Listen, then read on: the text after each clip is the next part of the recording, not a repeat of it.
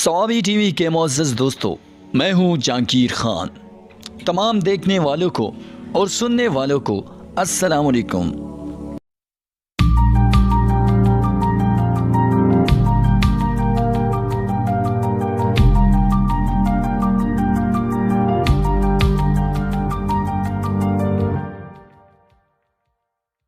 तुर्की के खलीफा सुल्तान मुराद की आदत थी कि वो बेस बदल कर अवाम की खबरगिरी करता था।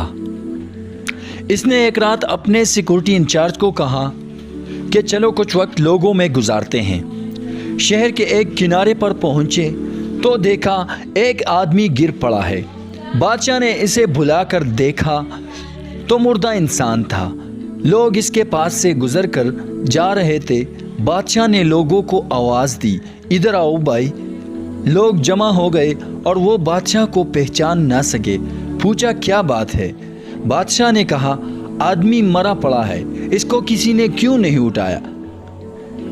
कौन है ये और इसके घर वाले कहाँ हैं? लोगों ने कहा ये बहुत बुरा और गुनाहगार इंसान है। तो सुल्तान मुराद ने कहा क्या ये उम्मत मोहम्मद में से नहीं है? चलो इसको उठाएं और इसके घर ले चले। लोगों ने मैयत को घर पहुंचा दी। इसकी बीवी ने खावन की लाश देखी तो रोने लगी। लोग चले गए। बादशाह और इसका सिक्योरिटी इंचार्ज वही औरत का रोना सुनते रहे। वो कह रही थी मैं गवाही देती हूँ बेशक तू अल्लाह का वली है और नेक लोगों में से है। सुल्तान मुराद बड़ा मुताज्जिब हुआ, ये कैसे हो सकता है? लोग तो इसके बारे में ये बातें कर रहे थे और इसकी मैयत को हाथ लगाने को तैयार न थे। इसकी बीवी ने कहा मुझे भी लोगों से यही तवक्को थी।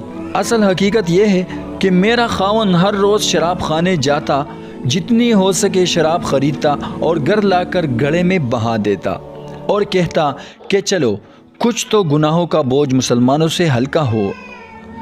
इस तरह रात को एक बुरी औरत के पास जाता और इसको एक रात की उजरत दे देता और इसको कहता कि अपना दरवाज़ा बंद कर ले, कोई तेरे पास न आए। घर आकर कहता अल्हम्दुलिल्लाह आज इस औरत का और नौजवान मुसलमानों के गुनाहों का मैंने कुछ बोझ हल्का कर दिया। लोग इसको इन जगहों पर आता जाता देखते थे।